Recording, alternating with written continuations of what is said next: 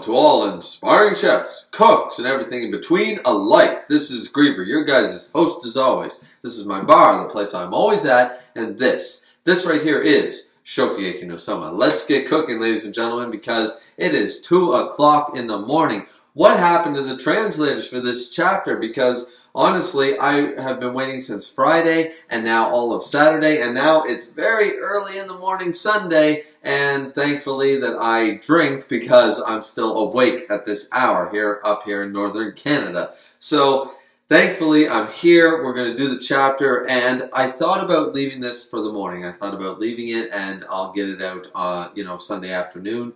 But this chapter, maybe you want to do this review, because there's not a whole lot to talk about necessarily, but I just want to say one thing.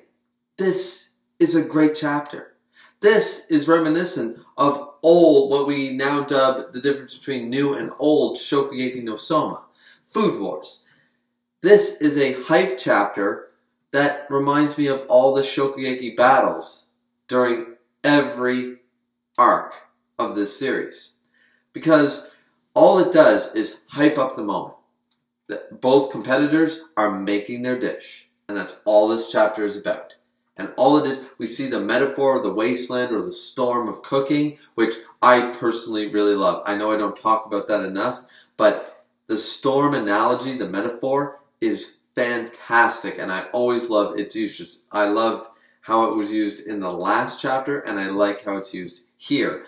At the beginning of the chapter, we get basically everyone saying like cross knives is so good, like how is Soma ever going to catch up to this? And they use the storm metaphor, like the gap is just widening, it's going further and further. He's making strides on horseback while Soma is struggling through the wasteland on his feet alone, sort of idea. I mean, they don't represent a horse, but that's kind of the comparison they're trying to make.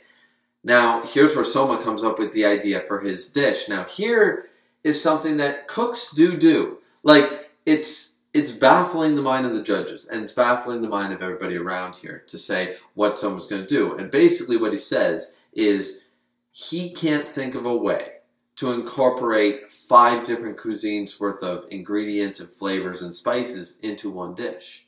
So he's going to make 5 separate dishes. He's going to make an Italian dish, a Chinese dish, a Turkish dish.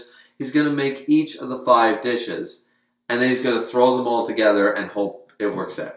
That's basically what he's gambling this entire competition on. Now, at first you might think this is crazy, but as someone who has been in the kitchen before, and I do cook for myself, and I was also raised by my darling mother, love you mom.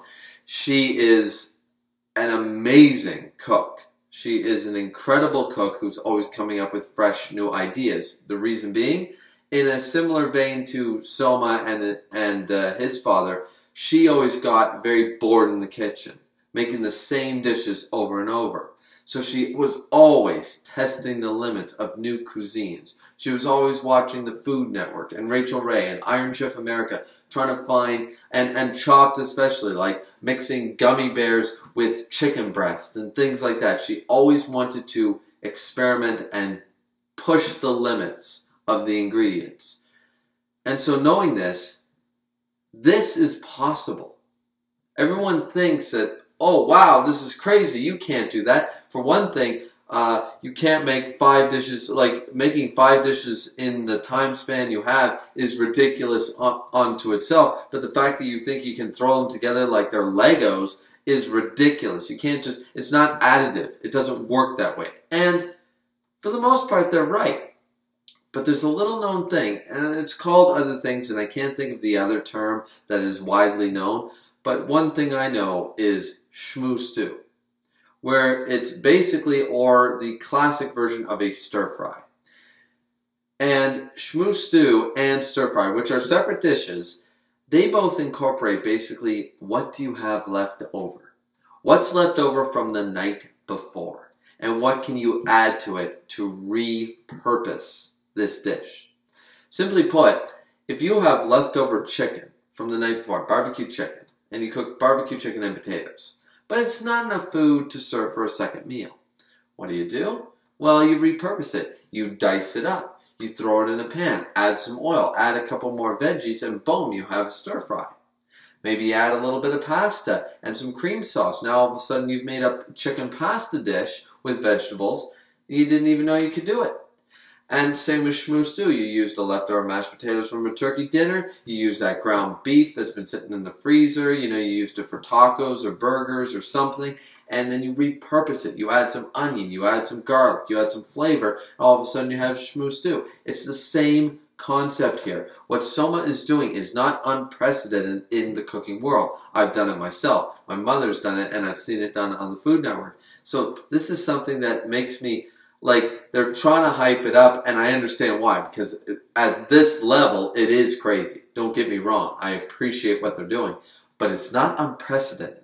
This is something that is possible, and I love that this is what Soma's conclusion is. It's very home cook. It's very diner, customer of the day style, which is brought up once again in this chapter. And that's what I love, because this is something that happens in a kitchen. You get bored of cooking the same thing.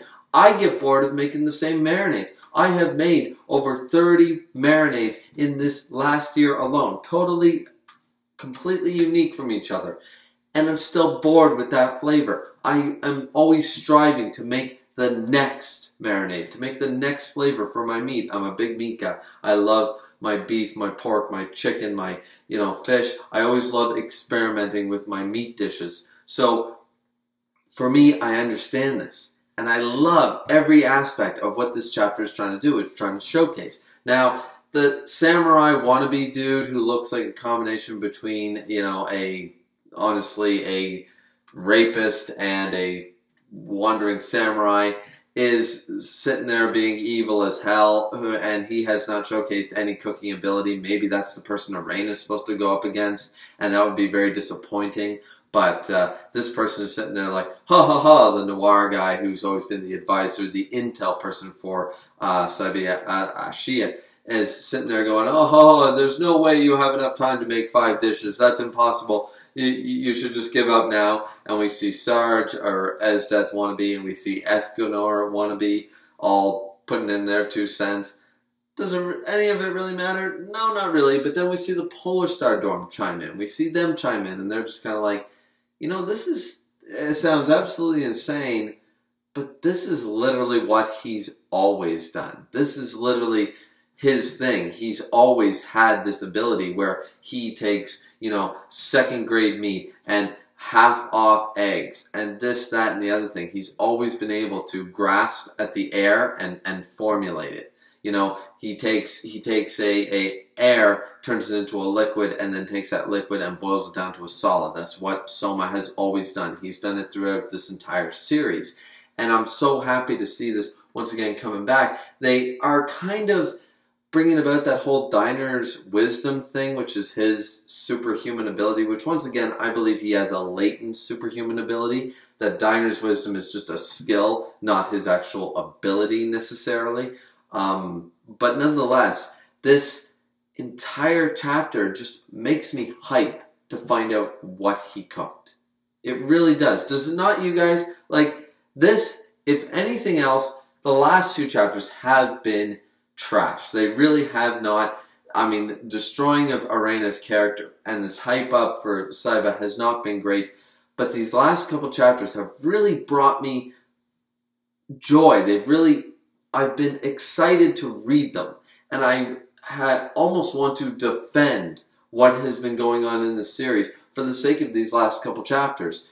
Almost being the key word, but it's so Shokugeki. This is such Food Wars 101 that I can't help but love everything done in this chapter. Now, of course, everyone says, this is what he does, and even Suzanemon comes up to a very depressed Arena, depressed for no goddamn reason, but goes up to depressed Arena and says basically like, yeah, cross knives is really good, but you know what? I always put more stock, pun intended, maybe Suzanemon there, I always put more stock or broth in the concept of practice. And this is something, and then we see Soma doing his crazy knife work and all this stuff, and then they both do serve on time. Soma remembering all his hard work with Shinomiya and stuff, and he should really be there because he's under the age of 35. But Shinomiya and all the work he did in the French cuisine kitchen and stuff, and going like, this is what I have to do, this is what cuisine is, and you always have to push yourself and be better, and you remember that. So I love the callback to the fact that he was pressured and pushed during that, what did they call it, the stag grate or something like that, I can't pronounce it, but either way, his little interim before the beginning of the new arc where he was challenging everybody, and he was really badass, and his hair grew longer at that point. When he worked under Shinomiya and he created his specialty with the quail, that is a big callback here, and I really enjoyed that. The other big thing, once again, is Senzanaman saying that he believes in the form of practice, because remember is that they don't call it diner's wisdom, but remember is that they talk about the customers. They skirt around that what Soma dubbed diner's wisdom is the fact that this is literally what he has always done. To always, like the concept of practice, something that Joshiro built into him. And this is a built-up ability he's always had, is always to appease the customer. Even go back as far as episode 1. The first customer in this series wanted beef. And they literally, like, they oversalted all the beef. So Soma he couldn't use any meat. And then he used potatoes and bacon to make a beef dish. I mean, in retrospect, is it the same? No, in the real world, but it worked. That's something that was established in the first freaking chapter. In the beginning, in the prologue of this series. This is what Soma has always done. And right here, that's what Senzanaman is referring to, is the fact that this guy has had practice at always meeting the demands of the customer. The bookmaster is demanding to feel 5 cuisines and 5 flavors in one dish. A dish that's never been before seen. Of course he's going to produce it. That's literally been what he's been trained to do his whole life. Unlike Saiba, he's never been trained to do this. Soma has been trained to do this his entire life. So, anyways, everyone's worried that he won't get it out on time. Of course, Saiba serves first and stuff, and we all know the trick with serving first in this series. That's the running meme, the running gag. But at the end of the day, I don't think it matters. I think Soma's won this. A lot of people are saying tie to continue the series and stuff, but I feel like with the ratings and everything, and the poor reception of this arc, I feel like they're trying to wrap this up. So I do believe that Soma's going to win. There might be something to throw a wrench into it, but I believe that Soma's dish will win in the end, regardless of any wrench thrown into to screw everything up and make the arc continue longer. But anyways, guys, that's the end of the chapter. Are you guys excited for Soma's dish? And also the reveal of Saiba Asia's dish. I mean, I'm really excited to see both of them because I'm excited to try my hand at cooking them. As I said before in previous reviews, I love trying to cook some of the dishes from Shokugeki no Soma, and these 2 separate dishes with 5 cuisines combined really intrigued me to try myself. So what do you guys think of that? What do you think of the chapter, the review? Did you love it? Did you hate it? Please like, subscribe, comment. As always, it's always really appreciated. This has been Griever with your Shokugeki no Soma chapter review. As always, drink responsibly, keep cooking, and we'll see you back here next time. See ya.